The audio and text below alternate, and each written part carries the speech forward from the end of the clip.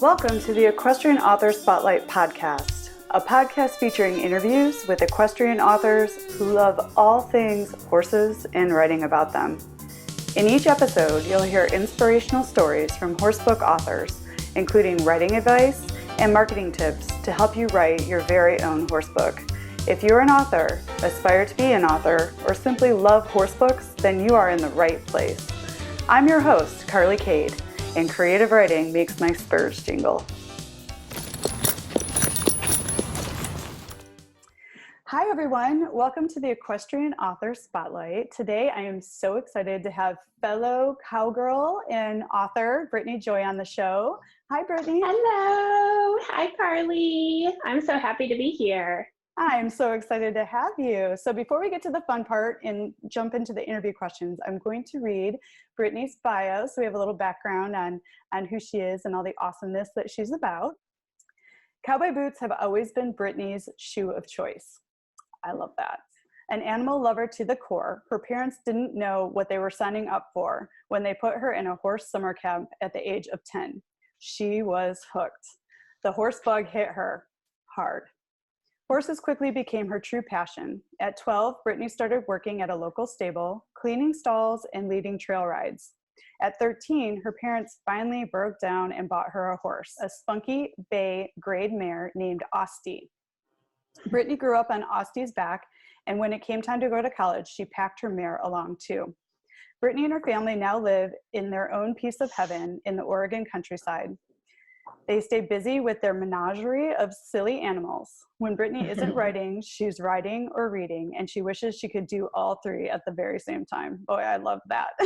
Yes, I totally do. I wish I could do all three at the same time because it would save me a lot of time. We'd be far more productive if we could do all three at the same time, wouldn't we? We'd have books written galore, horses trained in no time. Absolutely. So I am curious, you and your family live in the Oregon countryside, and your website mentions that you have a menagerie of silly horses, just like your bio said, including cackling chickens, woolly sheep, and one very naughty goat. So I need to hear about these furry friends of yours. And I know there's horses in there too, right? Yes, for sure. So they definitely keep me very busy. My horses, I have two horses. I have a paint mare, which, yay, your paint mare is beautiful. I love seeing all the pictures that you post of her. And my mare's name is Stella, and she is coming on 17 years old, and I've had her since she was a coming 2-year-old. So I've had her a long time. Wow. Yeah, and she's my baby. And I'm originally actually from Minnesota, and I moved to Oregon to be with my husband. Now he's originally from here, and I got Stella when I still lived in Minnesota. So she's traveled across the country with me too. And she's basically retired now. She was my Western pleasure show horse, but she had some lameness issues. She deals with laminitis, and so she basically just has the good life. She gets spoiled and goes on I pony her on my other horse, Chelly. And Chelly he's a half Frisian thoroughbred paint cross. Wow, that's quite a mix. Yes. He's a Heinz 57. He's my mutt, but I just love him to pieces. He's gorgeous. I love all the pictures that you post of him on Facebook. I drool when you show some of the pictures. We're going to get a little more into Chelly here in a little bit too. Yeah. He's the one I ride and show, and he's my big teddy bear. And then we now have upgraded to 2 silly goats. So I now have 2 Nigerian dwarf goats named Ellie and Elfie, and they are out with my horses. My horses love them. I originally got a goat when I only had one horse because I wanted Stella to have a buddy, and the horses really take to the goats, so they love them. And then we only have 2 chickens now. The one is 10 years old, so we've had chickens, and they keep laying too, but they have free reign of the barn. And We don't have the sheep anymore. Aw. I know they were super fun to have, but I have two boys and they're teenagers now. And when they were younger, they showed in 4-H and FFA, and they showed market lambs. And so we would breed the sheep and have baby lambs every spring, which was super, super fun. Hmm. Yeah. But they've since grown out of the lambs, is that right, or the sheep? Yeah, so they're 20 and 19 now, my boys are. Oh my And goodness! so yeah, Wow. yeah, yeah. So they are all done with 4-H and FFA. And so we decided to sell the sheep back to the breeder that owns the ram that we would breed them to every. So they're living happy lives, but they're a little bit of work for me, for mom, when the boys don't take care of it anymore. So That makes a lot of sense. It sounds like you have the perfect slice of heaven, like you said in your biography there, like living on this farm with all your furry friends and the horses. And I love it. yeah, I mean, being around them is just so peaceful and wonderful. And it's so funny hearing the background about your paint. We have a lot in common. I almost felt like you were telling Really? my story Oh, because really? I've had Sissy since she was 3, and she's now 16, and she was my Oh, Western Pleasure show horse, and we're having some navicular issues. So oh no.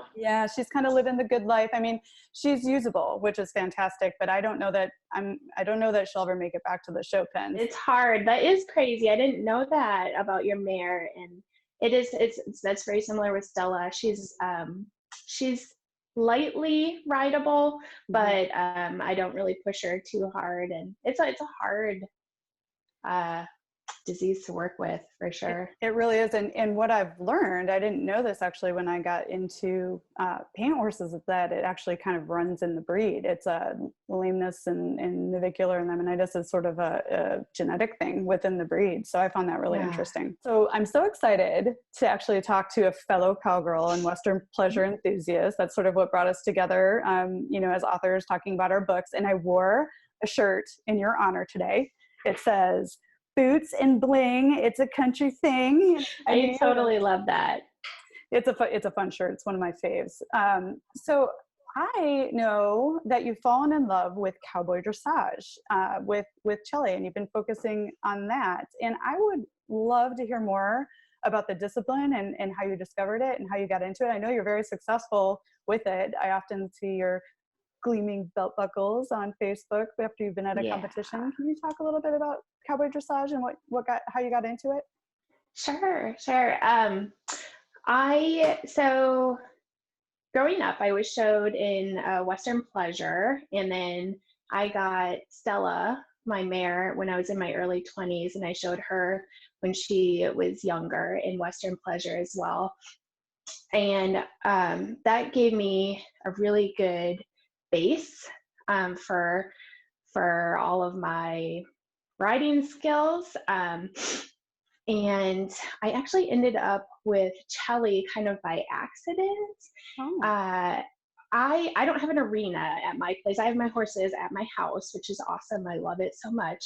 I don't have an arena at my place, but luckily my neighbors who live like a quarter mile down the road, they have an indoor and an outdoor in a boarding facility, and they let me ride over oh, there. cool. So That's great. yes, I love it. And I get on my horse and I ride down the road and I go ride in their arena. And when I had just had Stella, I got to know one of the boarders there that Chelly was actually boarded there. And she was looking to sell him. And he really, I'm sure you know all about this, but a rider and a horse match, sometimes they just don't gel like they should. And he is, for me, a big teddy bear, but he is also a very, very sensitive horse. And so if you have a more timid rider, he like feeds off of it like nobody's business. The second you get scared, he's scared. And she was a very timid rider, and they just didn't gel very well. And so she was looking to sell him, and I was actually looking for a second horse for my husband to ride so we could go on trail rides together. And so I gave him a test ride, and I really liked him. He had a good some good basics on him. He was a little spoiled, but we connected, and I actually ended up buying him for $160. Oh my goodness. Yeah. Now that for people that are listening that are not horse people, this is like the bargain of the century. I mean, that's amazing. So yeah, was she just like desperate to get rid of him, or yeah, she wanted, even though they weren't a good match, she really cared about him. She wanted him to have a good home, and she knew, how I took care, the place he would be at, and how I took care of my other horse who has medical issues, and so she wanted him to go to a good home. So she gave me a really good deal. That's incredible. And then when I got him, because he's half Frisian, and he's got some really big gaits, and coming from Western Pleasure, I was like, okay, as I rode him more and more, I was like, okay, I really love this guy, and I connected with him, and so I wanted to find something to do with him, and I was like, to my husband, Jason, I was like, okay, this is not your trail horse. This is going to be my horse. So I had always have admired the principles of classic dressage and have used them in my Western Pleasure training. And right about when I got Chelly, the Western dressage and the Cowboy Dressage were really, I think, starting to come out and become more popular.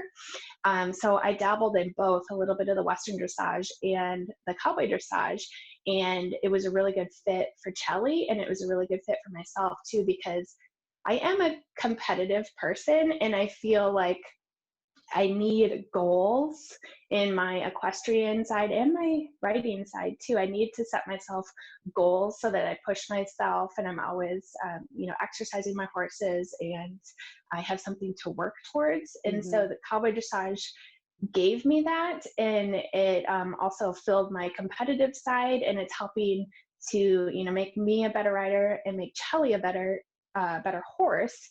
And I really like that Cowboy Dressage. They focus on doing everything for the sake of the horse. And so it's really about, what is best for the horse. For instance, you can do a test, a Cowboy Dressage test, which is a pattern in a Cowboy Dressage arena. And if your horse is a little bit buddy sour, say you have a green horse, they allow a buddy horse to come in and stand on the edge of the court, because it's going to make you comfortable and your horse comfortable.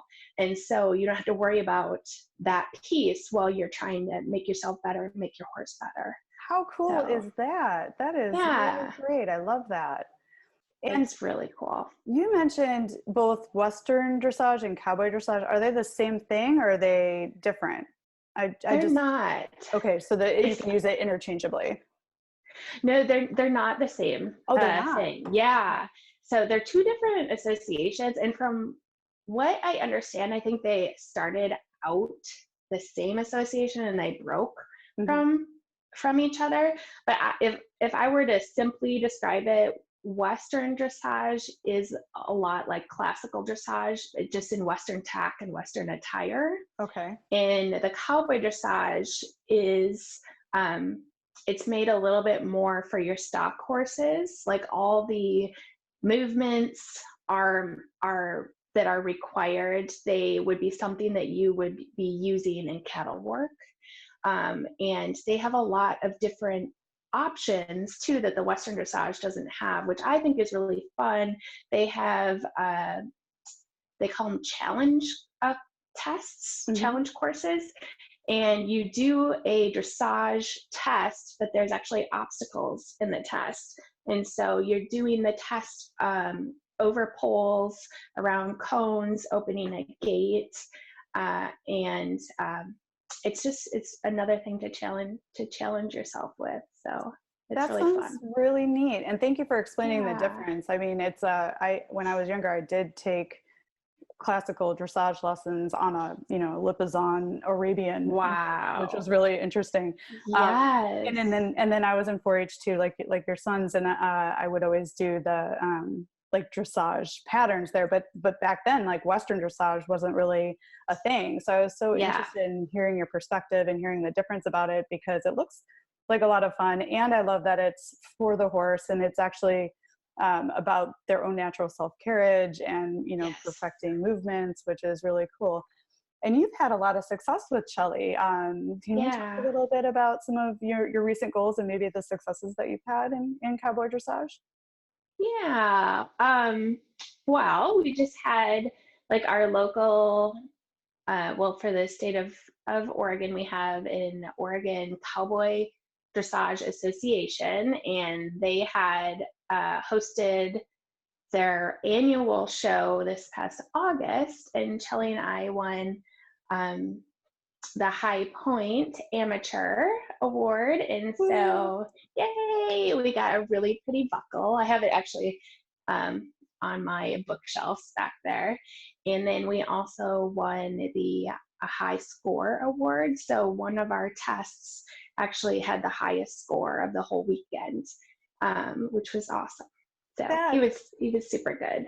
That is so great. Congratulations. And for listeners, I will make sure to share pictures of Brittney Joy's beautiful horses in the show notes, so you can take a look at her Cowboy Dressage horse, Chelly, and her paint mare, Stella. So thank you so much for talking about that. And so clearly you are a horse lover and an animal lover, and this is something you've been doing for a long time, which brings us to your books.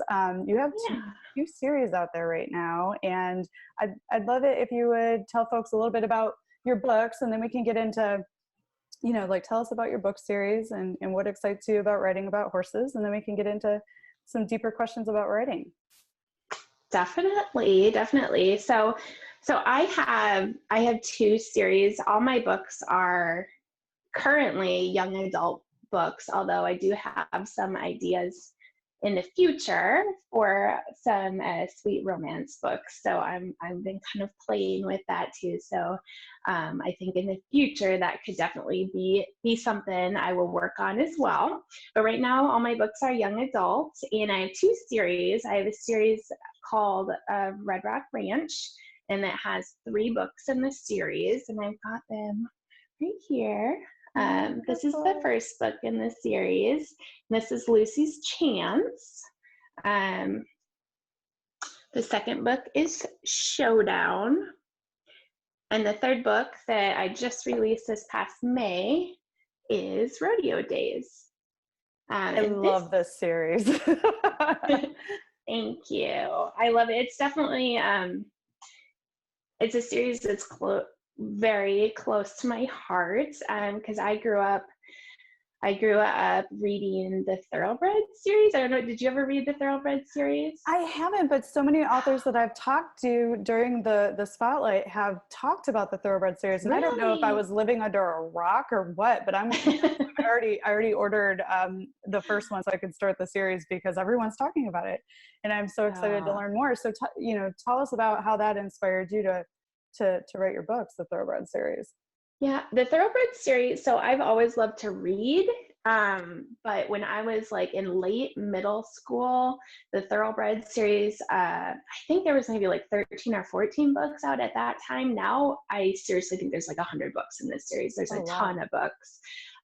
But my best friend and I, who was also a big horse girl, we spent a ton of time at the barn together. We would devour those books, and as soon as another one would come out, we would both read them. And I just have a soft spot in my heart for those books, and I knew that I always wanted to write a series that was kind of like that, on the same vein of it, but I wanted a little bit more romance in my books.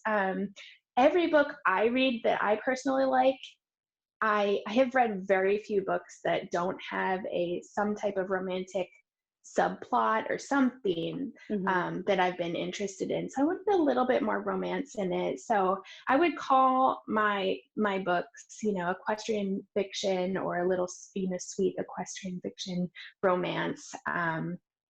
But They are about a girl, Lucy, who is spending her first summer away from home, and she gets a job working as a stable hand at the Red Rock Ranch, which is a cattle ranch and guest ranch.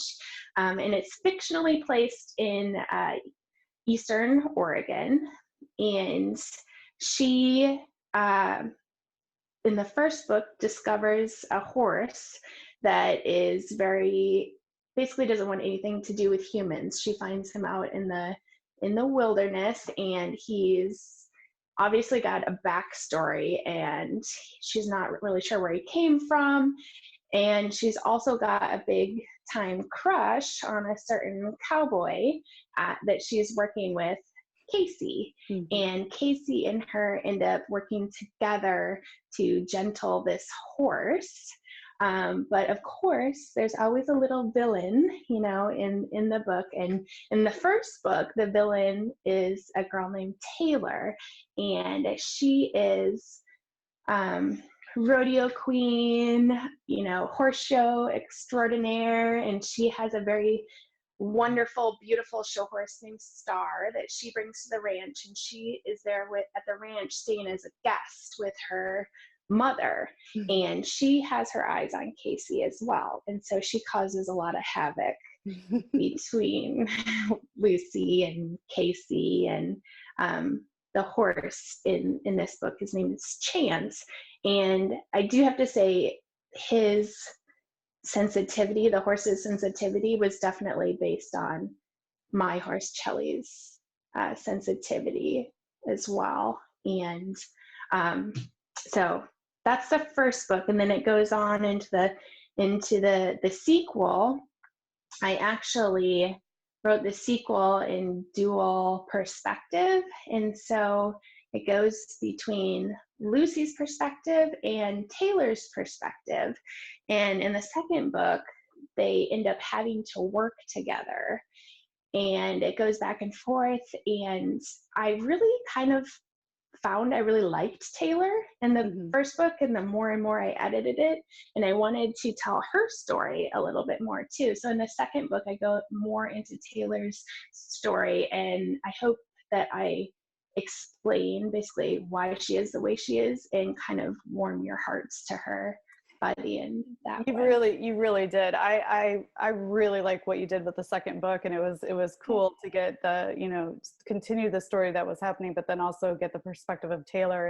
And I loved how you put it into like the horse show world. Like I had flickers and flutters of like Quarter Horse Congress as we were following. Yeah. And it was very authentic and very well written, and clearly you know what you're talking about when it comes to like horse shows and that world. It was very I'm glad.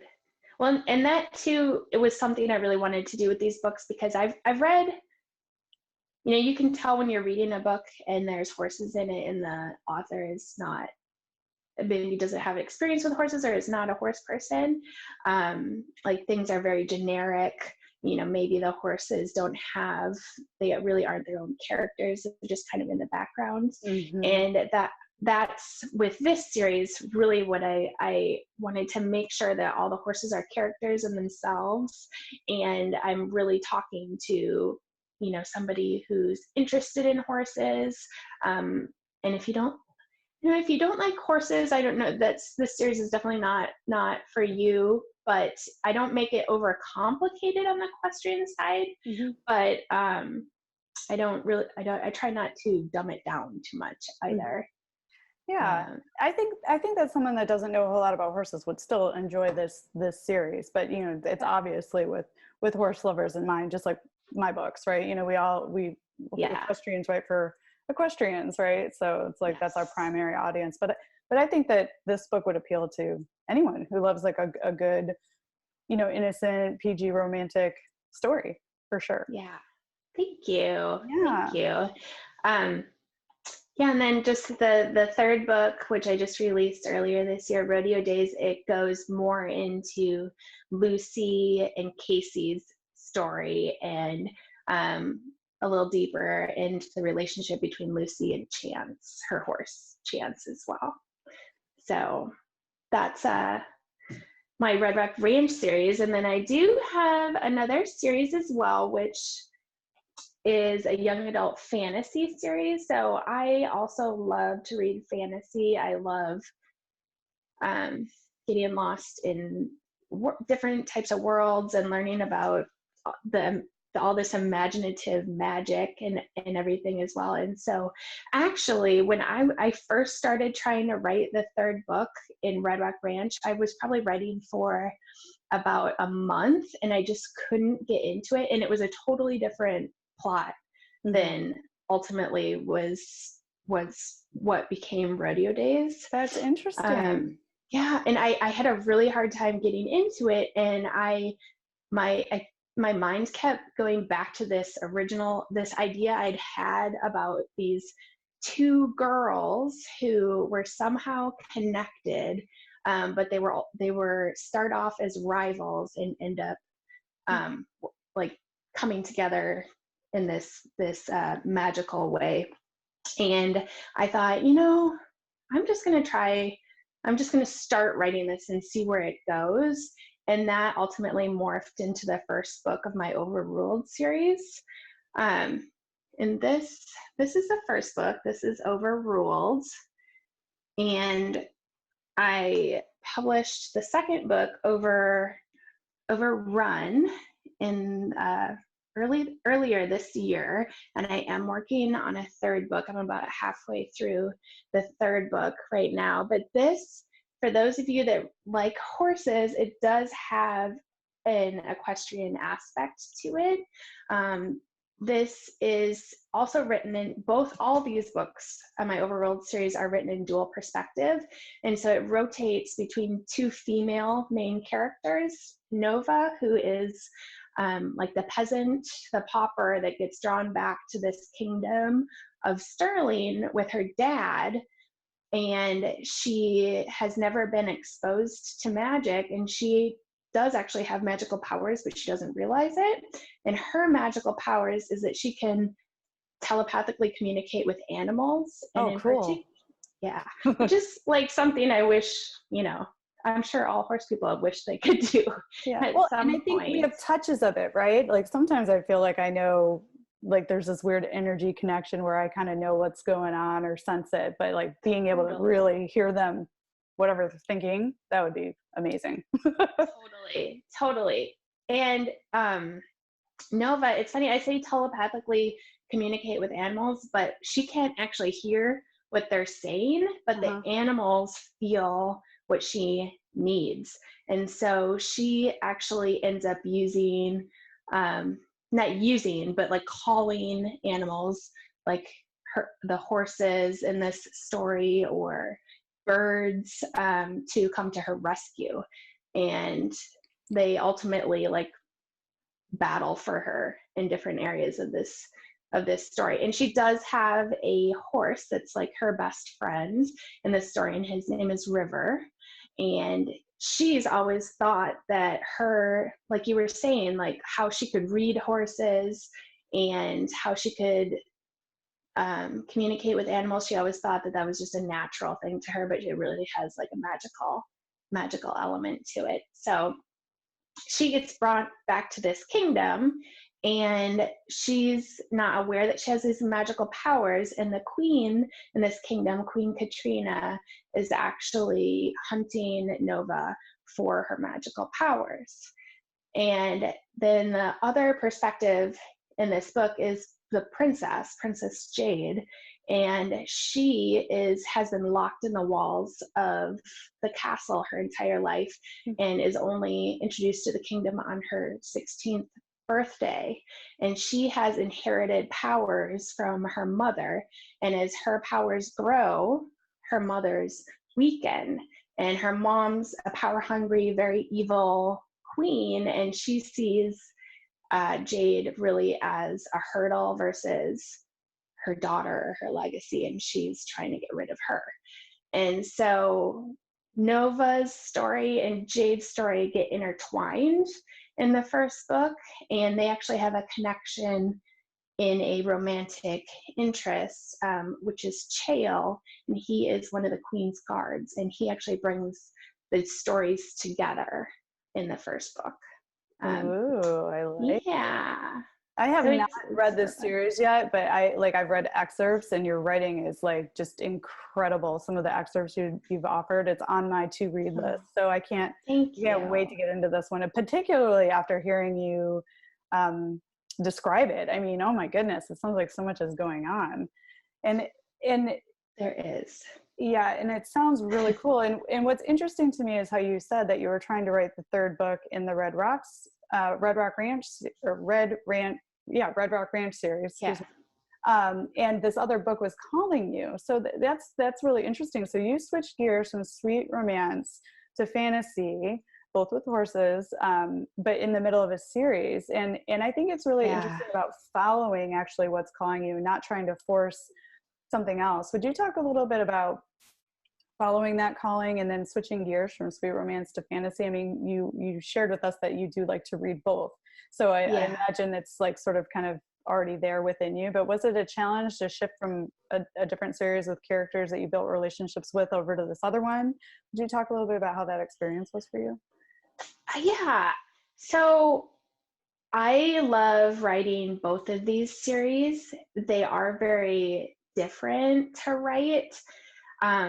The Red Rock Ranch series generally comes to me much easier and faster. I'm able to write it a lot faster, whereas the Overruled series, I think it's just because I'm dealing with the fantasy part, the magic system, the world. It's a medieval inspired world, and it's much more complicated.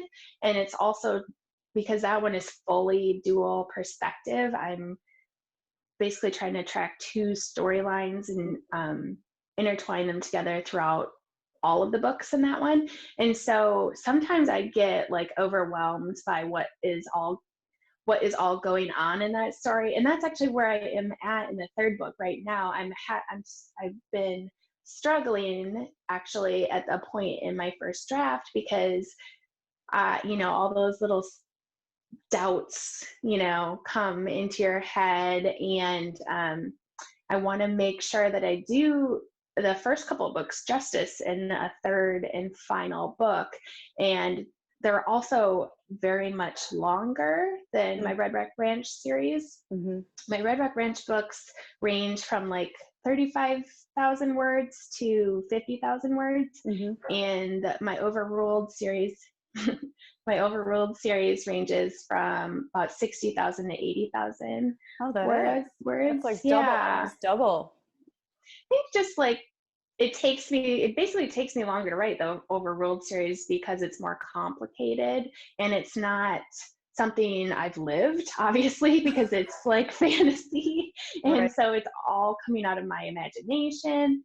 And my Red Rock Ranch series, I mean, there are lots of my everyday life will inspire stuff while I'm writing that. Mm-hmm. Um, Even like the opening scene of rodeo days.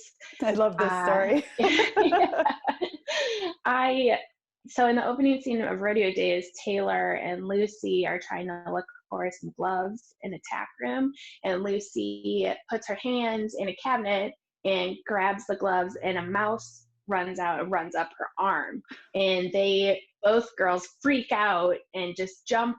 They're jumping around the attack room, and Casey, Lucy's love interest, comes into the attack room, and he's like, you guys know that you ride 1,000-pound horses and you're scared of little mice?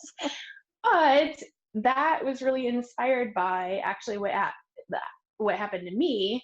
I had a mouse in my cabinets in my tack room that summer, and I opened up it didn't run up my arm, thankfully, but I opened up the cabinet and there was a mouse staring at me, and I don't know what it is about mice, but I just ran and jumped and, screamed the daylights out of me. And a mouse does that to me every single time when It you're in the really barn. does. I don't get it either, but like I tell you, I see one and I jump up and I shriek, and they always come out of in the tack room. Yes. It's always in the tack room. So I mean, I laughed so hard when I read that part in the book because I was like, oh my gosh, it's so yeah. Yes, it's totally real. And And just like, I'm sure, yeah, with your stories, you're inspired by stuff that has happened to you or your horse or one of your friends in the past, or happens to you while you're writing it, too. So I think it's a little bit easier, more fluid for me to write the Red Rock Branch series, just because it's like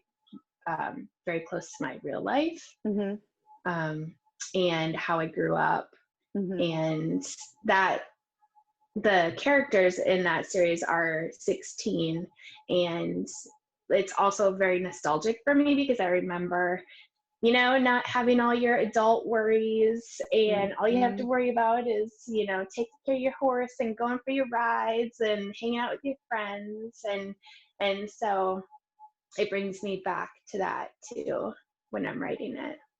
That's so wonderful.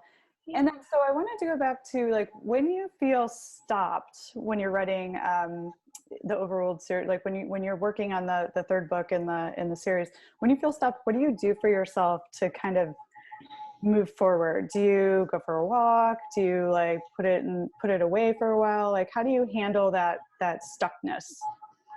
Yeah, so I have a couple different things that I are like my go-to things that will generally help me.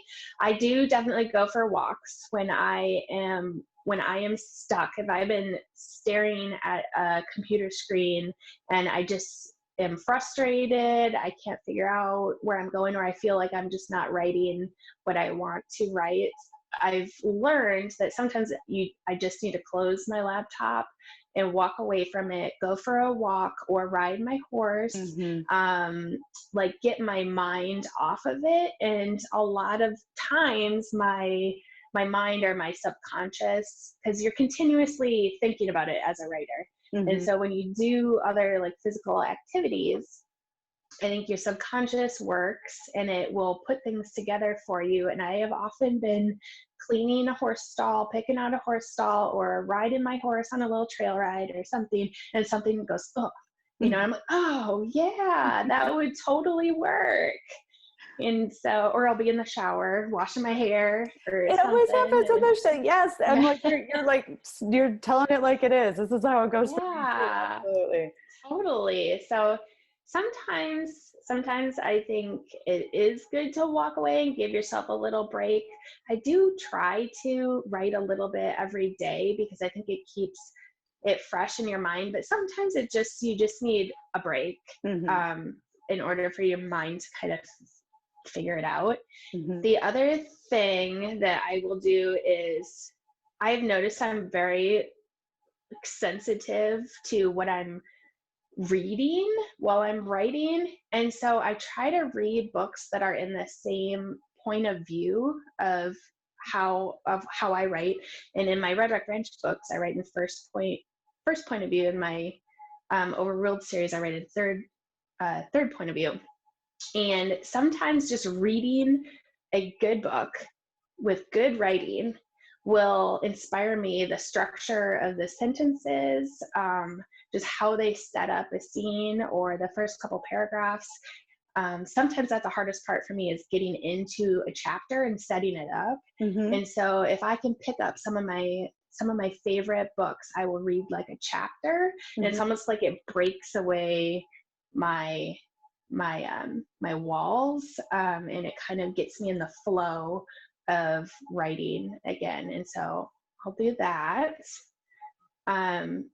I also sometimes I just need inspiration. And so I'm so glad you're doing this podcast. And I'm so excited to see the interviews from other authors as well, because sometimes that's all you need is like motivation and inspiration from other writers to know that like they have trouble writing sometimes too. And you know, you're like, oh, I'm not the only one. Like, you just think best-selling authors, just words pour out of them, and everybody has their struggles. So I do really like listening to, there's a great podcast called 88 Cups of Tea. I would totally recommend listening to that podcast if you write, because the woman that puts on that podcast, she interviews all different types of writers. A lot of them are in the fantasy world. But she is really good at bringing out all their stories and their struggles, and it's a very inspiring podcast. So a Very lot of cool. times I'll listen to that while I go for a walk too. Mm-hmm. I'll make sure to link to the 88 Cups of Tea podcast in the show notes too, for people who are interested in checking it out. And thank you for saying what you did about being happy that I'm putting together this podcast for equestrian authors, because Yes. that makes me feel good to know that something that will make a difference for you. But it was so funny when you said, it's nice to know that you're not alone, because writing is a very introverted, kind of solitary profession. And it's nice to hear, what other authors are going through or dealing with. And it's been so funny as I've been interviewing other authors for the series, they'll be sharing their stories. I'll be like, yes, exactly. And then they'll say back to me, oh, it's so nice to hear that I'm not the only one that's going through this. So you are absolutely for sure right. And I'm hoping that's what this podcast does for other horsebook authors, is actually, share tools and resources we haven't heard about, but also let us know that the struggle is real and we're not alone, and share how we're all coping and dealing with getting the words on the page. Right. So thank you. Absolutely. Yeah. No, I think it's great. It's to, because you're so right. It's a very solitary profession, and it is nice to just hear from other people that they're going through the same thing, and to hear the tips, how other people work through it as well. Mm-hmm. And I think you just offered some really great ones. I love the going for a walk or a ride. That I do that all the time. But then reading something in the same vein, or just opening up a page, like a book that inspires you, and sort of like getting inspiration from other authors. That's a really cool idea. I love that. And then obviously listening to podcasts for motivation, other writing podcasts. So very cool. And you're obviously not having too much trouble with your writing, because you just released the third book in the Red Rock Ranch series, Rodeo Days, and it hit #1 on the bestsellers list on Amazon for teen and young adult equestrian fiction. So super congratulations on that. Thank you. How did that make you feel? It must have been like just amazing, right? To hit that #1 spot. Cause you're consistently on the bestsellers list. I mean, your books are that good and they're always there, but like to hit that #1 spot is pretty spectacular. How'd that make you feel?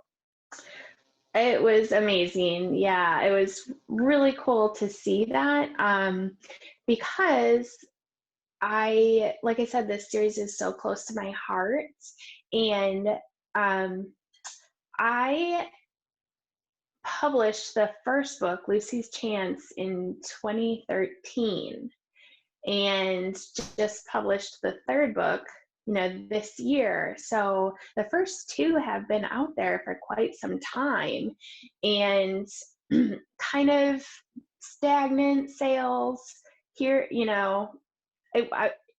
I was always trying to think of different ways to find new readers and to increase sales. And really, when I switched my covers, because I put in brand new covers on the whole Red Rock Ranch series right before I launched the third book.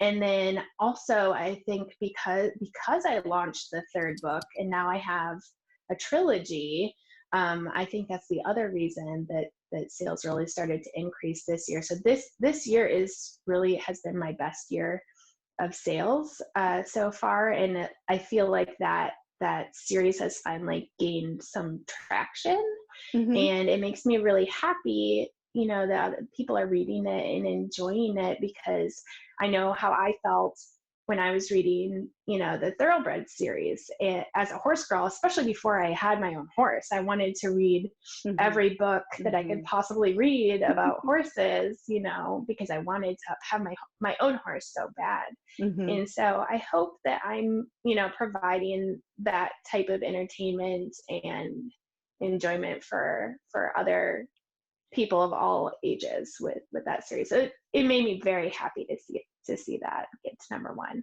It made me happy too. I was so excited for you, and because I know I was bugging you for the third book in the series for a long time. So it was really awesome to see that success. And you mentioned changing the covers on the books. I wanted to talk to you a little bit about how that went for you. Like, Yeah. Why did you make the decision? I mean, they're really, really beautiful. And, you know, why did you do that? And then I'm kind of curious, like, I have heard, and I'm not sure if this is accurate anymore, if you change your covers in Amazon, that you have to, like, you lose your reviews and you have to relaunch like your book all over again. Can you talk a little bit about how that went, and if there were any negatives to changing the covers, or positives, you know, both sides? Absolutely. And I was worried about that as well. I probably would not have changed my covers had that been the case, if I had to basically relaunch the first two books, and restart all the reviews on those books and like start from square one, because as I'm sure you know, getting reviews on books is, it can be hard. And I read a statistic somewhere that only like 2 or 3 people out of 100 readers will voluntarily leave a review on books. And so you think about how many books you have to sell and get in the hands of readers to, you know, make 15 reviews on your book. I'm really curious about this, and I think other indie authors are curious too, because, and maybe it was the way it used to be when you change titles. Reviews are so important to authors, because when you have a certain amount of reviews, not only does Amazon will keep your book from search until you have 8 reviews. I don't know if you do that. So, and then once you hit 50, they'll actually recommend it to readers. You may like this because you also like this, and reviews are so important, because otherwise you can't get found. And we appreciate them so much because it's almost like social proof, you know, that the books are valid, and, you know, we're not just getting reviews from like our family members, but like people really enjoying it. even bad reviews have value. So I mean, it just I agree.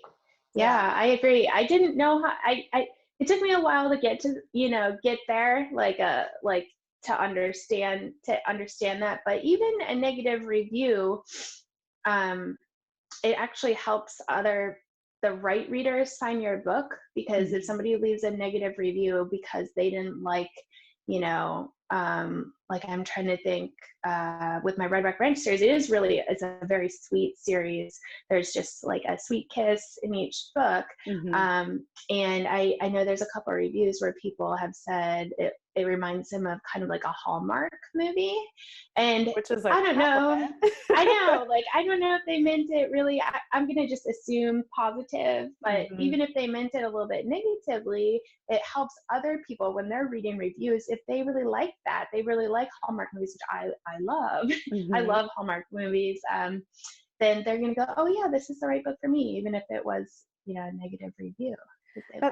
That's right. You know, and I think as an author, something, you know, is interesting is that once you put your book baby out into the world, it's not really yours anymore. It's for people to either like or not like, and not everybody likes everything, you know, and you can't please everyone. As long as you're writing from your heart and writing your truth in something that you love it, and it resides with you. And then when it's out in the world, it just kind of has to do what it does. Like I have some similar reviews where people thought it was more of a YA book, and my book is a little bit more for adults. So they weren't as happy with the, you know, the little more steamy stuff than the sweet romance. So it's interesting. It depends on the reader, and it depends on what their preference is. You know, I actually had one woman that was unhappy that my main cowgirl didn't wear a helmet when she was, you know, riding her horse. So the helmet thing. Yes.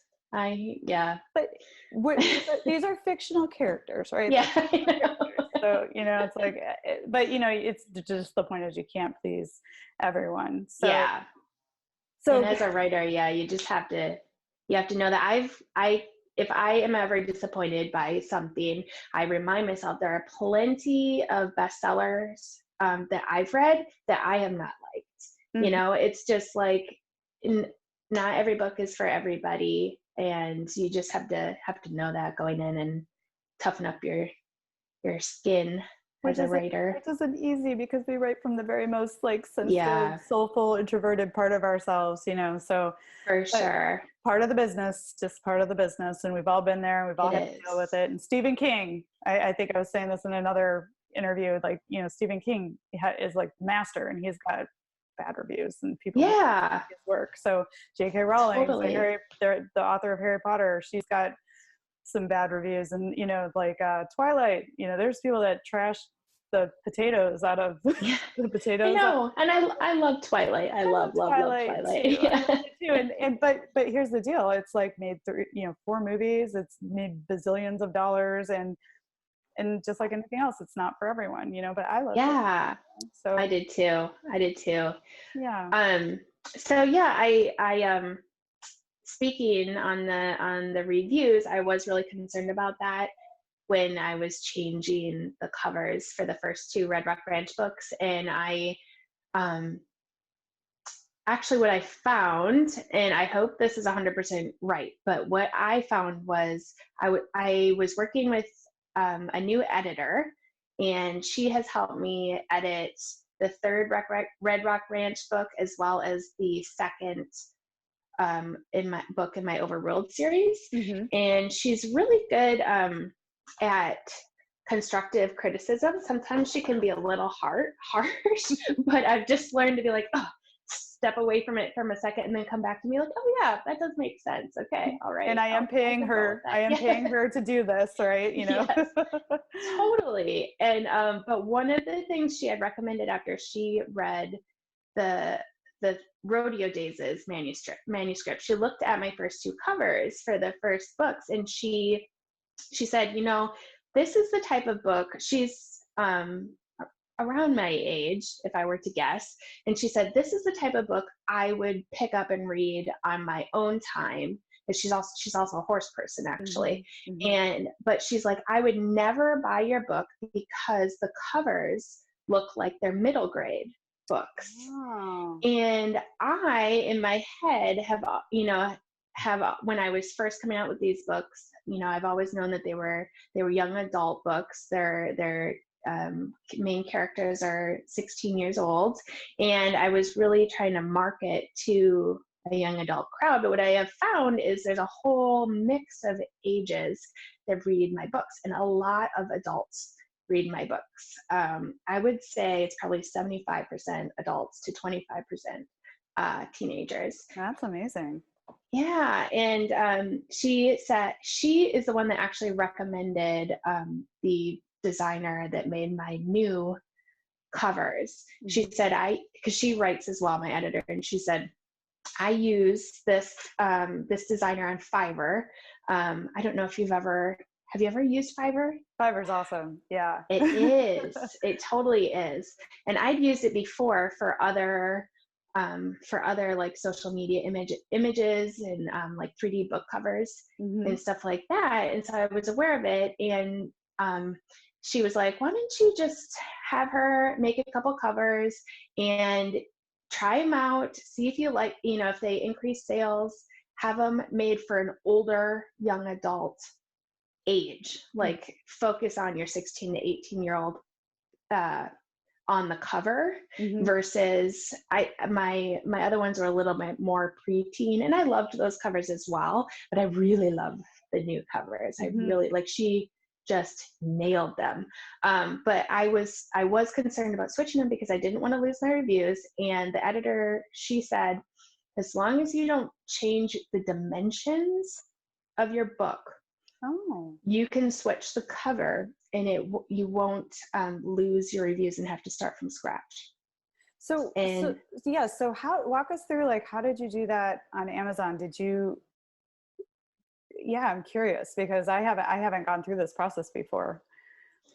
Yeah. So this is the other reason I don't make, I know a lot of people make their own covers, mm-hmm. and I don't trust myself enough with design mm-hmm. To make my own covers, and that is your number one, you know, selling tool. It is Absolutely. What gets people to read your description of your book and read your reviews and ultimately purchase the product. So I've never made I've always used a designer for my covers. I've used a couple different ones. But the designer, you know, I told her what dimensions my paperbacks were already, how many pages they were, and then she designed the paperback cover to be exactly to those same dimensions. And the ebook cover, it doesn't, I mean, that doesn't matter as far as dimensions and printing and whatnot too. And so it was a pretty easy swap. I mean, I just literally got into KDP and swapped out the documents that she gave me when they were finished and hit the publish. I didn't change anything else about. So you just went in and you changed itself. the cover file, and that's it. Yeah. And you were able to do that. Wow, that is like amazing to hear that you can do that, because I guess maybe it was the rumor mill, or maybe that was something with CreateSpace back in the day, or something. Yeah, maybe. Yeah, because I was concerned about that too. It was like my number one question. I was like, oh, I don't want to start all over again. Mess that up. Yeah, exactly. Because it's like getting a review a lot of times, sadly, is like pulling teeth and begging, you know, people and actually asking. So never be afraid to ask people for reviews. I think a lot of time readers just, I didn't know how valuable reviews were to authors until I became an author. So I don't think readers actually realize that until they talk with an author. So was your design, I'm curious, two things. One, would you hold up your books again, because they're beautiful and I want people to see the covers. But then also, is your book designer, is she a horse person? Because she did nail it and she wasn't. No, she's not. And she's actually you'll notice if you've ever used Fiverr, a lot of the designers on there are international. I think she's in Switzerland, if I remember correctly. She's on a totally different time zone. But what I did, and these covers could have totally turned out very differently had I not done all this preparation and given it to the book designer. But what I did is I asked the designer what stock images, what website stock images she pulls from. She had a specific one, which is called deposit photos. And so I started looking through all the stock images, and I picked out all these images. So I picked out, because, you know, being a horse person, it is so annoying when you are watching a movie or you see the cover of a book and like the horse, they're talking about a quarter horse and it's like an Arab on the cover or something. And you're like, oh no. So I was very concerned. I wouldn't let a non-horse person just pick out any horse for my cover. So I specifically picked out this stock image, and then this model that had all these different stock images on that site, she had some different poses. And so she's the same model on the third book. That's great. For rodeo days. And then I picked out this bottom image too, because rodeo days really goes into, you know, Lucy and Casey's love story. And I also wanted the characters to look like, you know, the characters in the books as well. And so for me, this one was harder because Taylor is like your blonde bombshell, and she's on the cover of Showdown, but I could not find, her horse is actually a chestnut quarter horse, and I could not find anything that worked that was, you know, the same as the character and the horse. And so for her, it's a little bit, it's not like the perfect combo, but I loved her look because Taylor is so sassy and just like very no nonsense. And so the model image was perfect. And so what I did is on that deposit photos page, you can make folders, electronic folders. And so I made an electronic folder of all the images that I loved, that I would think would look good on the cover. And then I put together examples of other book covers that I really liked the composition of it. And for me, I looked up sweet romance, and I came up with like 3 or 4 covers that were very similar. Like they would show the main characters up on top and then something about the setting of the book on the bottom. And so she just followed, she used the images that I gave her and the description of the story and the examples I gave for her, and then came up with the design. Well, they turned out great, and I really like hearing. Thank you for going into such detail, because I really like hearing that you had a very significant impact in the creative vision for what your covers would be like. And I would encourage all authors to be that active in participating with their designer, because you have in your mind, what these characters look like and what you feel the cover should be like. So it's nice, it's nice to hear how your journey went, so other authors know that they can be that involved with their designer when it comes to the cover for their books. So that's really great. And I think that's a major advantage of being self-published, is you actually have control over every aspect of your book and who you want to work with as an editor, as a cover designer. To me, I think that's a major advantage, because I've seen traditionally published books where the cover was like, I wasn't a big fan of it, and I'm sure that happens to traditionally published authors too, because they don't have a lot of, I would say most of them don't have a lot of control over what their cover looks like. I understand that you just, they pay you for the manuscript, and then you hand it over and they kind of go with it, and they decide what the binding and the cover and the typeset and all that's going to look like. So I like the creative control that I have through independent publishing as well. So a little bit more about Rodeo Days, because that is obviously your newest book. I was so honored to be part of your pre-order giveaway campaign that you did before you launched Rodeo Days. And I think that it was a really unique promotion where you partnered with a bunch of other horse book authors in order to bring more awareness to the fact that the third book in this series was coming after such a long break between the first two.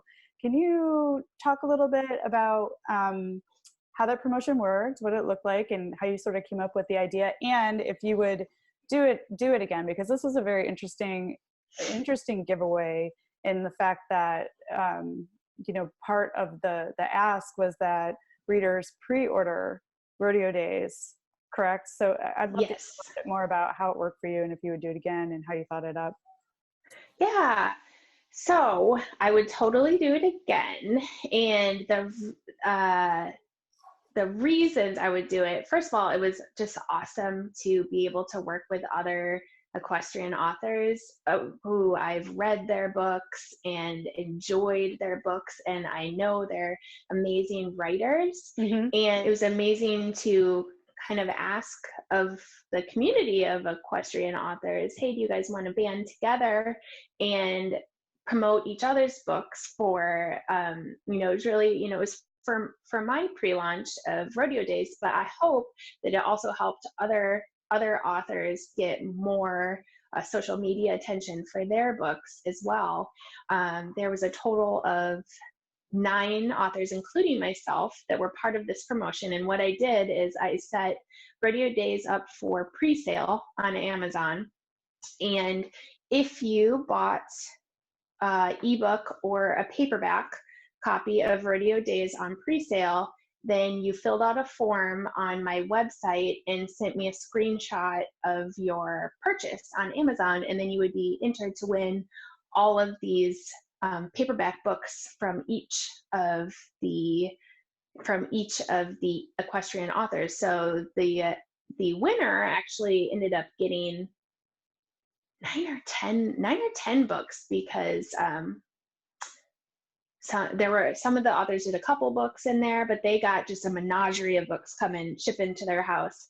And we all pushed, I made some social media images, and then we all shared them on our social pages. And I would say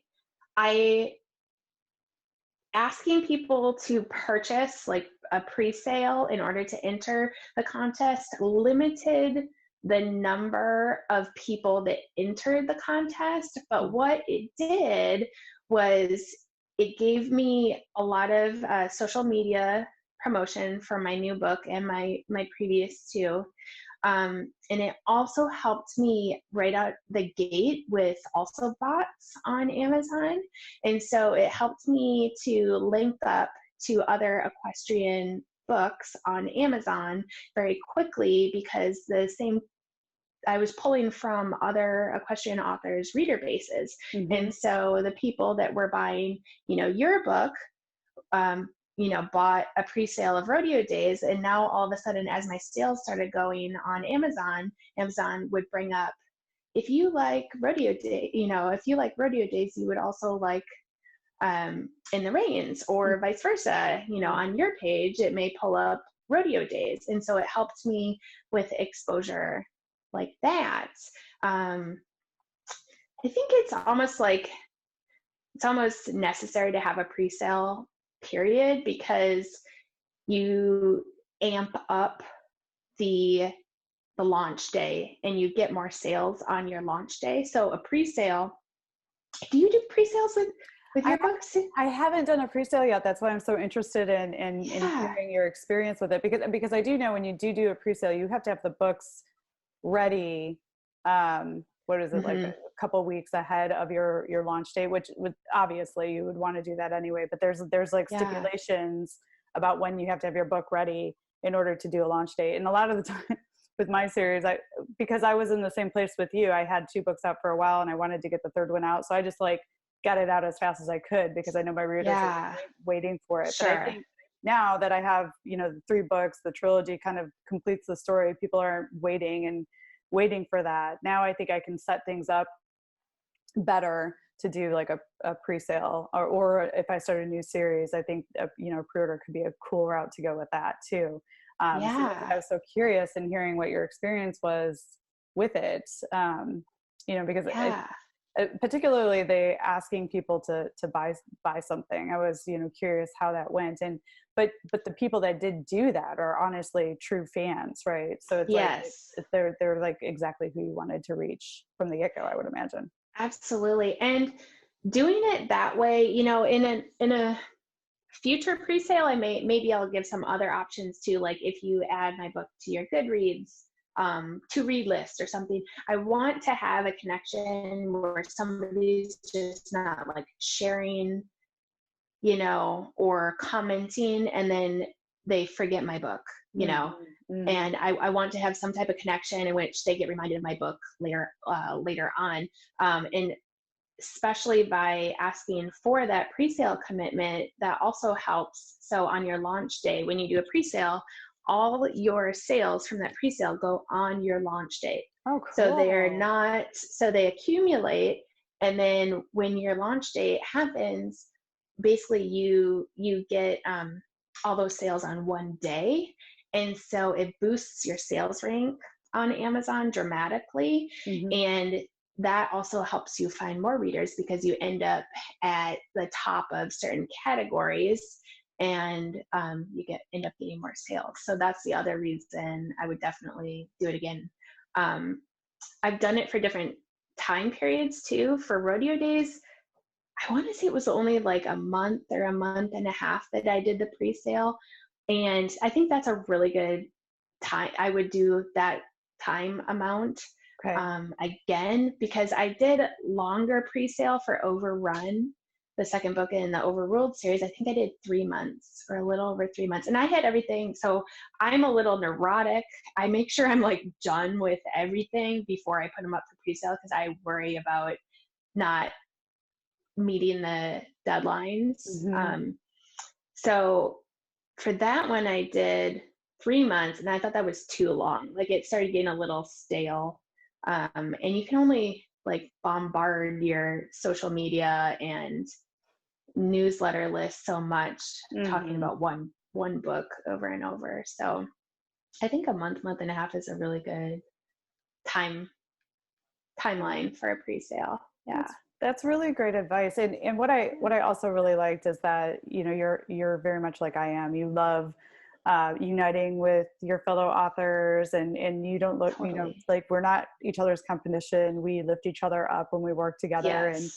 And particularly around horses, you know, like a person who loves horses will, I'll pick up anything with a horse on the cover and see what it's about, you Yeah, know. So like your readers are for my readers sure. or somebody else's readers, like, you know, and the we can only, you know, just shine a light. And that's part of the reason why I wanted to do this podcast too, is just, I mean, there's so many awesome authors out there writing about horses, you know, that I want people to be able to discover those books faster. And so I hope that happens. That's Absolutely. And just like you were saying too, the people who are reading those books, they're looking for more horse books. mm-hmm. So like a lot of times, you know, I'll get questions too, like what other books or what other authors do you recommend? Because people, you know, I have 3 horse books.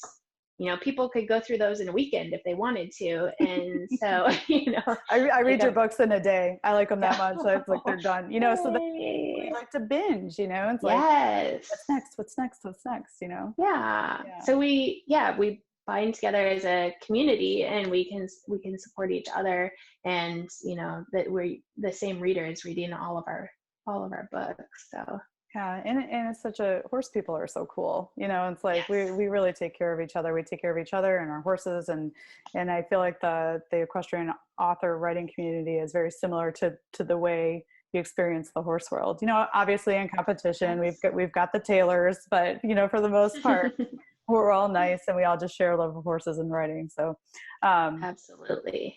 yeah, and so I wanted to ask another question too. I'm still on rodeo days. Oh yeah. Yeah.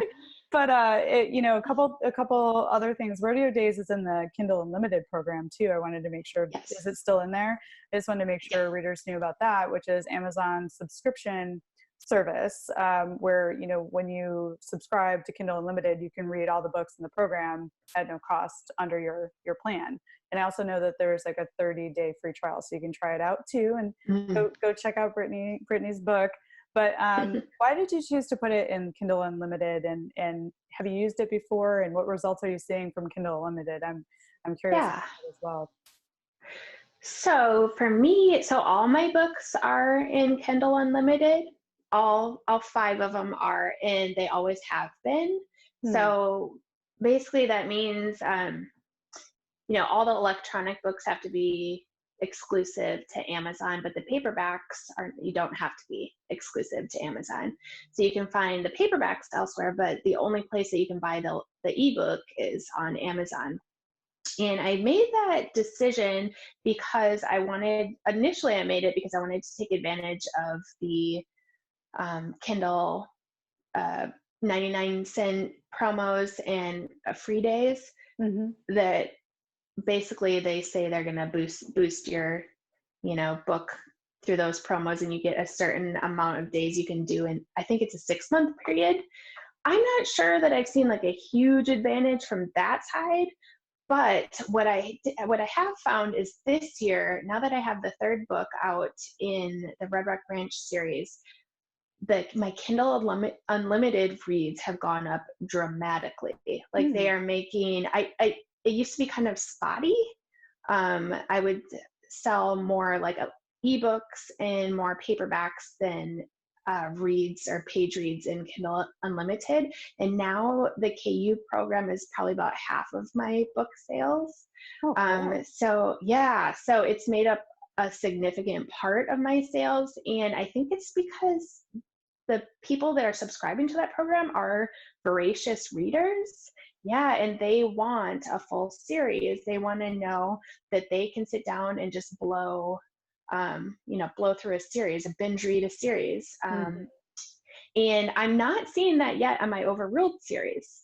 So it's like all my Kindle Unlimited reads are from my Red Rock Ranch books, which has the 3 books in this series, which I probably will write more in the Red Rock Ranch Yay! series, Yay! but Yay! yeah.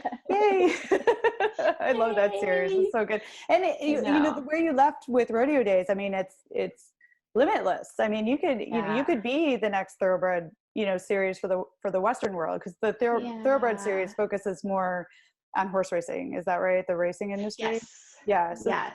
the cowgirls of the world, like you and me as little cowgirls, we need like a long series too. I know, right? Like, and that actually, I'm glad you brought that up because, like your books too, I don't feel like there's that many books out there in the equestrian side that focus on the Western world. And for me and for you, we're Western riders, and Mm-hmm. I'm a hardcore Western rider. I mean, it's the reason I do cowboy dressage and not traditional dressage. I like the Western. I want to wear my blue jeans.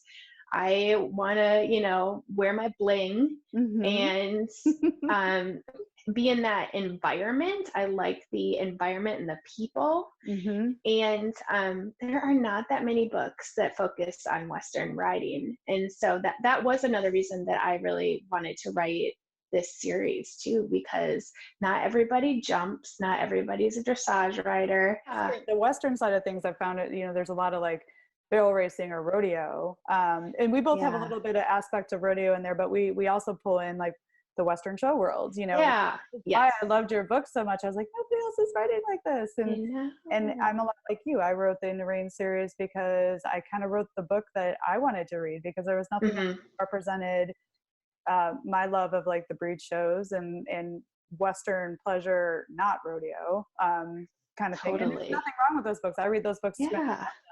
I just wanted something that represented, my discipline of choice. And Absolutely, because they're totally different worlds. I mean, they are. we both use Western tack, but it's totally different disciplines, different worlds, different terminology, and it's exciting to see. That's why one of the reasons I was so excited too to read your books is because like growing up in the Western pleasure world too, I was like, oh, I don't know that I've ever read another book where you're in the Western pleasure, like show and training world. And then to have romance in it too, I was like, yeah. I feel like we're like the same person. I mean, like, we could be like, I think best friends. Like, I feel like so. I know we live so far away from each other. I know, like Brittany and I have had a relationship online in social media for I think since like the end of 2015 or something, or maybe even longer. Probably, yeah. But this is the first time that we're actually like talking to each other, even though it's still on a computer. Like, this is the first time we're like actually kind of like meeting and talking to each other. So one of these days we're gonna have to do like a big meetup or something. Maybe we can I know, that would be so fun. Wrangle some other authors and wind up like sharing a table at Briarfest or what's the other big one? Like Equine Affair? Yes, that. Like a ton of authors go to that. So like I see one day we're all gonna meet up somewhere and do something. That would be incredible. super fun. That would be super fun. I would love to do that. Very cool. So we're getting into like the final questions. You've been so pleasant. Like actually, Brittany is incredible as a fellow horse lover. She gave me a break. I had to run out and check on one of my ponies, and I came in brushing the shavings off my shirt. I wanted to ask you just a few questions about writing in general. Like, thank you for the wealth of knowledge that you've already shared. But I'm curious. You mentioned independent publishing earlier, and I'm curious why did you choose the independent publishing route? Initially, it was not my preferred route. I tried to get an agent initially, a literary agent, because I think coming into it and learning about the market and I didn't know as much about the self-publishing world as I do now. And I had this like stigma attached to self-publishing, like it's not as quality of material or people won't take me seriously. And so my goal was to get a literary agent, and I got lots of rejections. And I finally got to the point, I think I gave it like 5 or 6 months after when I was querying for Lucy's Chance. And I was like, you know what? I want to get this book out to readers. Like, I want to share it. It's why I write, it's why I wrote the book. And so I started looking into, how to self-publish my book, and had to, educate myself on, like how how to reach out to a book designer. I initially paid somebody as well to format the interior of my books. I do that myself now, which I've learned. So my last two books, Rodeo Days and Overrun, I have done the interior book design myself. And I ultimately learned how to do that because I had to switch to my interior formatter. The guy that I originally used for Red Rock Ranch wasn't doing it anymore, and so I had to find a new one. And the woman who did my interior formatting for Overruled, she did a beautiful job. Like, it's gorgeous interior with all these beautiful fonts. It's gorgeous, but she did it in Adobe InDesign. I think it's InDesign. And it's not a program that I have or I know how to use. And so every time I would need something changed, I would have to go back to her and be like, okay, yes, and cough up a charge. And, you know, it wasn't super cheap to have it done in the first place. It was a couple $100s. And then every time I had to make a change, like I wanted to add the first chapter, sample chapter of the second book into there, I had to contact her and have her add it in and pay her for her time and everything. And then I couldn't go in if I saw a typo, I couldn't fix it. And so I was like, I'm going to learn how to do this on my own. And I found actually I wrote it down because it's a cool website. I found it on Google, but it's called Book Design Templates. Saw that.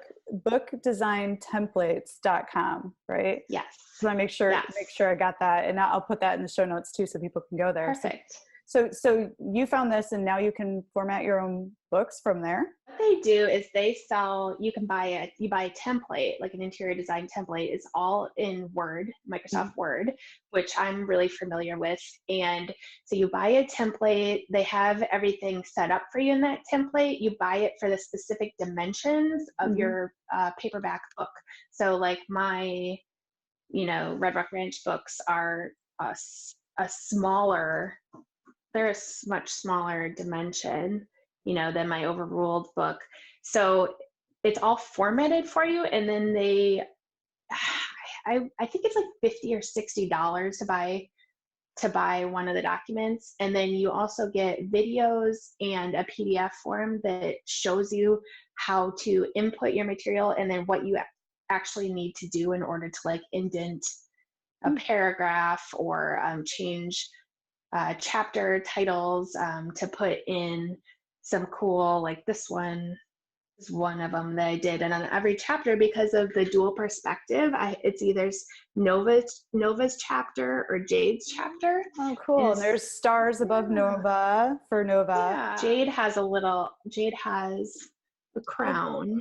That's very cool. Yeah. It's like that visual that people can visually recognize that you're going to switch, not just from the name, but there's also that indicator that it's switching perspectives. That's great. Yeah. Yeah. And it's just like, basically you pay $50 or $60, you get a template and they teach you how to, format. And so for me, that's really nice because now, if I write a fourth book in the Red Rock Ranch series, I can go back and add a sample chapter to Rodeo Days, update any information. And so it's really nice to know that. That's great. And yeah, having the ability to update things yourself, whether it's your website or, the interior of your books, or learning how to do that and having the ability to do that is like really valuable because, it's like every time you use a designer to make a change to something, you have to pay, and that really can add up, and as an author, like things are constantly, particularly as an independent author, things are constantly changing. Technologies are changing, the systems we're using to publish, the distribution systems, are changing, CreateSpace with the KDP, and I'm sure there's all sorts of different things. So having that ability to own your work and change the technology portions of it really is powerful. So I would recommend anyone, to learn how to do a lot of these things yourself. Wouldn't you agree with that? I would totally agree. And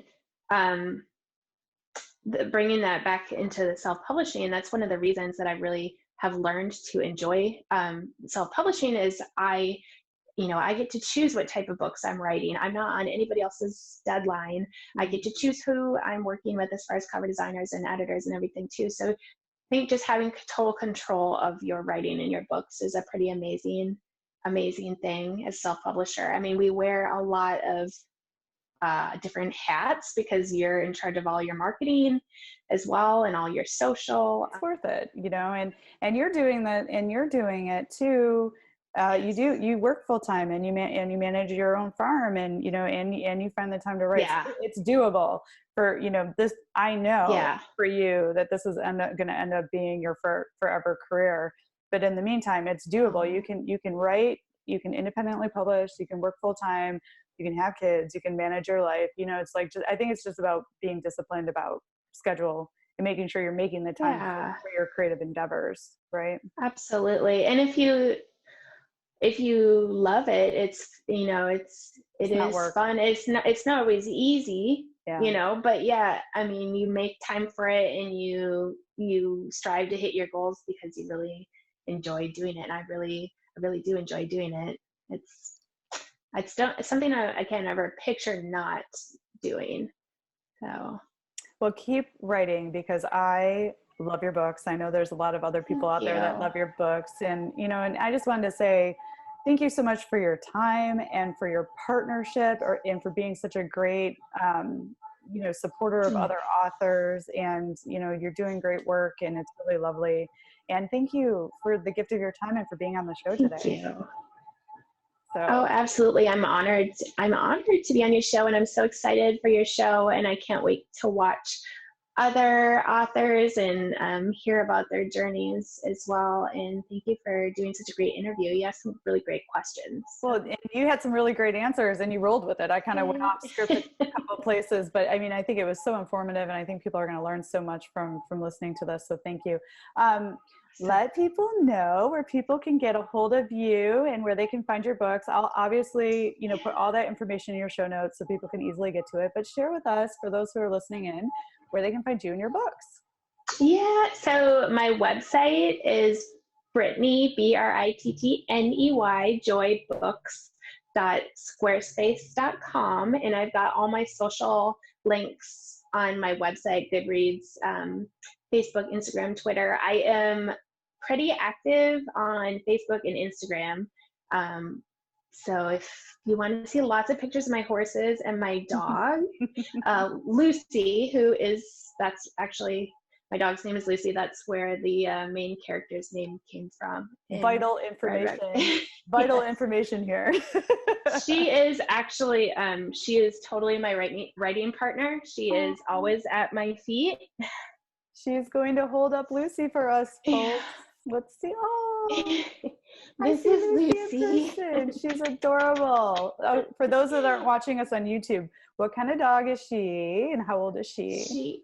She is, we think that she is Jack Russell Chihuahua, and she is 10 years old, and we adopted her when she was about a year old. She was a little stray, so we don't know where she came from, what her background story is, but she is the sweetest thing, and she is always with me when I'm writing. So like right now I'm sitting at my desk.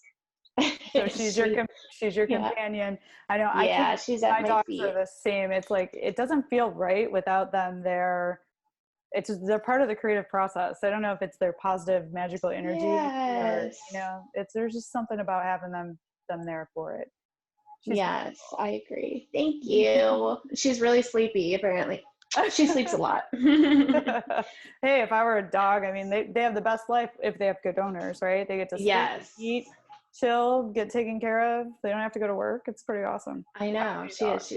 I would be too. I'd have the dog's life too. So, but yeah, I do share a lot of pictures of Lucy and my horses and books on my social. So. And coffee. Yes, and lots of coffee as well too.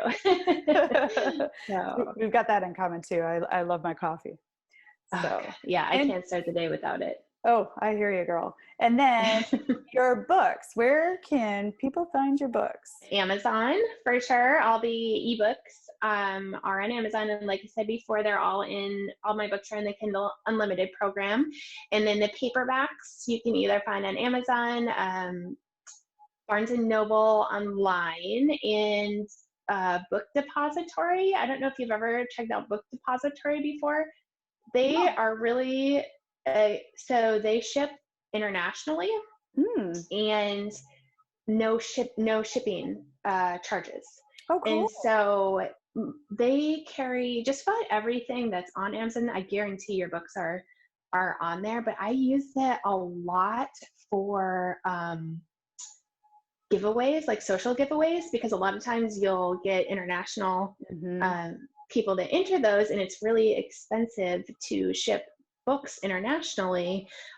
So I'll just buy it for the full retail price on Book Depository and ship it to them internationally, and it'll be like $12 total versus, using one of my paperback copies and shipping it via mail, which can be like $20. Yeah, brilliant. So, Oh my gosh, yeah.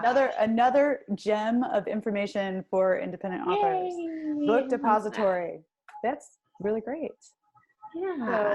So I highly, highly recommend Brittany's Red Rock Ranch series. I've read it. It's fantastic. It's such a wonderful journey. It's for, it's YA, but adults, I loved it just as much as, a teenager would. And then I really can't wait to read your OverRuled series. I'm like really excited about that too. And, I'll certainly leave you reviews when I'm through. And thank you. I'm looking forward to that. So I'm kind of weird. I'm sort of like those people that like to have the whole series out before I get engaged. So what you're going to find is Carly Kade's going to buy all 3 at once, read all 3, and you're going to get 3 reviews all at once, because that's kind of how a lot of people are like that. A lot of people do that. They wait. I'll get comments even about that on like Goodreads. They'll be like, is this only a duology, or is it a trilogy? Because I'm going to wait until all books are out. Yeah, I mean, that's what it was like for me within the Reins. I mean, had I known, when I was first starting out as an independent author, like what I've learned from talking to other independent authors is a lot of them wish they had written all 3 books and then released all 3 books consecutively to fulfill that void that's left, because people we're creating a binge culture is what's happening with Netflix and the TV we're watching, and now with that books. makes so much sense. It really is, because I did notice when I released the 3rd book in the Reins trilogy, Chopin Promise, the trilogy, just like all 3 books started to raise, and it was, I think, it's people waiting. And I know we both talked about how much we like Twilight earlier in this. Yeah. I refused to get involved with the Twilight series, even though everybody's going crazy over it, until I knew all the books were out. Because really, I can't stand waiting for the next one. It's like, and these days, kind of don't have to anymore. So I know. Well, and it can be a really long time, I mean, between when books are released, when you're writing them one at a time. So yeah, I get that. I get it now. So yeah, but there's something to be said for, like, you created a book and a product, and you want to give birth to that book baby as soon as it's finished. And so there's something to be said for just completing a first book in a journey. It's like, it's hard to write a book. It really is. Yeah, it is. So I was just like, I'm putting this baby out there, it's like, and now we're both established. So it's like, now that we know this, it's like, it's okay. There's different ways to do it. And I think for me, it was like finally putting this creative endeavor that I had been working on forever out into the world, and then letting the series kind of grow as it grows, and it's organic and authentic, and that's okay too. I mean, there's strategies, like people actually have strategies around how they're going to release a series. So I just think it's really interesting. So yeah, I think it is too. And I have noticed too, I part of a few different like Facebook groups with different authors, and a lot of the fantasy ones I'm involved in. A lot of the really successful authors literally just pump out like 3-4 books, a year, because they're just feeding, and people are always looking for that next book. They don't want to wait the year or 2 years sometimes. So it makes sense to me now that I've released the 3rd book in the Red Rock Ranch series and seen the difference in sales. That people really, they don't want to wait. They want that whole series out before they start it, and then end up loving it, and then having to wait a year or 2 years for the, for the next one. Yeah. So. But we all write differently, and we all read differently. And, there's people out there that don't mind too. It just depends on the kind of reader you are. So Yeah. this has been a fascinating conversation. I feel like I could talk to you for 46 years straight. So you will be back for sure. Oh, I would love that. I'm super excited and I'm very thankful that you had me on your show, and I'm so looking forward to watching more, and I would love to be back and talk more with you. Well, you certainly will. And when authors unite, it makes my spurs jingle. So thank you for being part of that uniting thing and coming on and talking with me today. So you have a fantastic rest of your weekend. I hope you get a lot of riding in. Thank you so much. Have an awesome weekend. Okay, you too, Brittany. Bye. Thanks for joining us this week on the Equestrian Author Spotlight podcast. I hope you enjoy these Q&A sessions with wonderful equine authors who love all things horses and riding, just like me. Visit my website, carlycadecreative.com, where you can read the show notes, and make sure you never miss a show by clicking the subscribe button now. This podcast is made possible by listeners like you. Thank you so much for your support. Want a free guide to secrets of horsebook authors? Gallop over to carlycadecreative.com/wisdom to have author advice delivered instantly to your inbox. If you are an author who writes about horses and would like to be spotlighted, please let me know. Visit my contact page at carlycadecreative.com to fill out a request. I'd be happy to have you on the show too. Thank you for tuning in to the Equestrian Author Spotlight podcast. See you next time. I'm your host, Carly Kade. Creative writing makes my spurs jingle.